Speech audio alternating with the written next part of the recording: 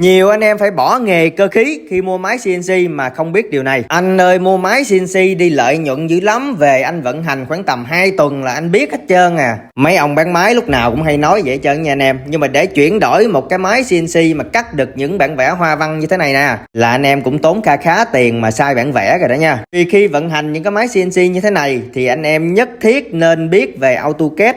Vì hầu như tất cả bản vẽ mà chuẩn bị mà mình cắt CNC á là mình chuyển đổi bản vẽ AutoCAD sang bản vẽ của máy hết trơn nha. Giống như lúc tôi đang nói nè, cái hình phía sau lưng tôi màu xanh xanh đó đó. Nó được chuyển đổi từ file AutoCAD qua bản vẽ này. Từ bản vẽ này thì máy CNC có thể vận hành và cắt được những bộ cửa như thế này nha. Nên khi anh em mua máy CNC, anh em nhớ chuẩn bị tinh thần là phải học vẽ đó nha anh em.